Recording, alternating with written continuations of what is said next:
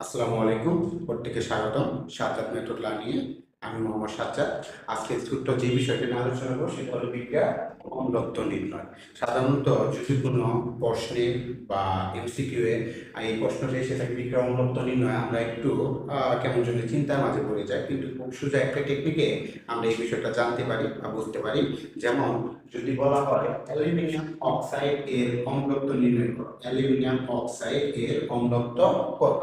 তাহলে অম্লত্ব নির্ণয় করার ক্ষেত্রে আমরা প্রথমেই যেটা করব সেটাকে, তা হলো এটা অ্যালুমিনিয়াম অক্সাইডের সাথে কোনো একটা অ্যাসিডের বিক্রিয়া দিয়ে দেব। যখন আমরা হাইড্রোক্লোরিক অ্যাসিডের বিক্রিয়া দিয়ে দিলাম, তাহলে এখানে আমাদের কি তৈরি হচ্ছে?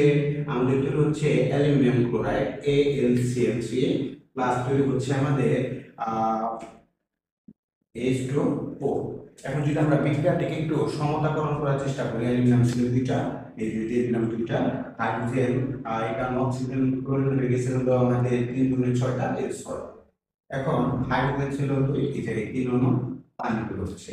এখন বিক্রিয়া অম্লত্বটা আমরা কিভাবে বুঝবো? দেখতে হবে অ্যালুমিনিয়াম অক্সাইডের সাথে কয় মোল বা কয় মোল হাইড্রোক্লোরিক অ্যাসিড বিক্রিয়ায় অংশগ্রহণ করছে। যেহেতু এই জায়গায় 6 মোল বা 6 হাইড্রোক্লোরিক অ্যাসিড ব্যবহার করা হয়েছে, তাহলে আমাদের বিক্রিয়ার অম্লত্ব কত হবে?